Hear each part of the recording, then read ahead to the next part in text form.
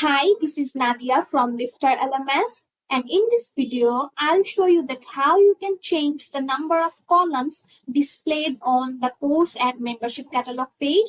So by default, you can see in the course catalog page, we have 3 columns. But if you want to add more columns, you can add some custom code in your website. So the easiest way to add the custom code is with a third-party plugin that calls Code Snippets. It's a free plugin. You can use that plugin to add code on your website. Also, you can do this modification on function.php, but in this video, I will add the custom code with this Code Snippets plugin. So first, we have to install that Code Snippets plugin from our WordPress website. So I have to search for the Code Snippets plugin. So here is the Code Snippets plugin. We have to now install and activate this plugin to add our code. So now we have to activate this. So now it's activated on our website. Here you can see we have the snippets option. Then we have to click on this add new option to add the code.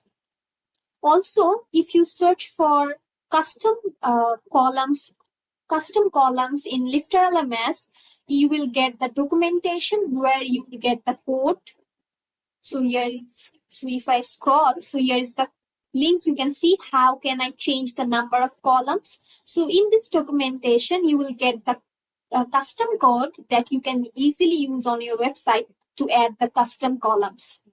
So here is the code for course catalog and membership catalog page.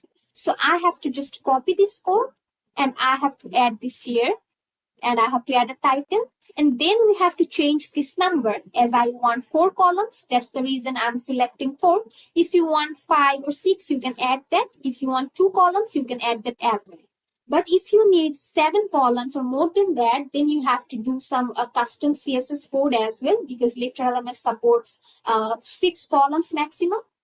So on the course page, you can see now I have the 4 columns. So this is how you can use the Code Snippets plugin and how you can use you can change the columns. I hope this video will be helpful for you.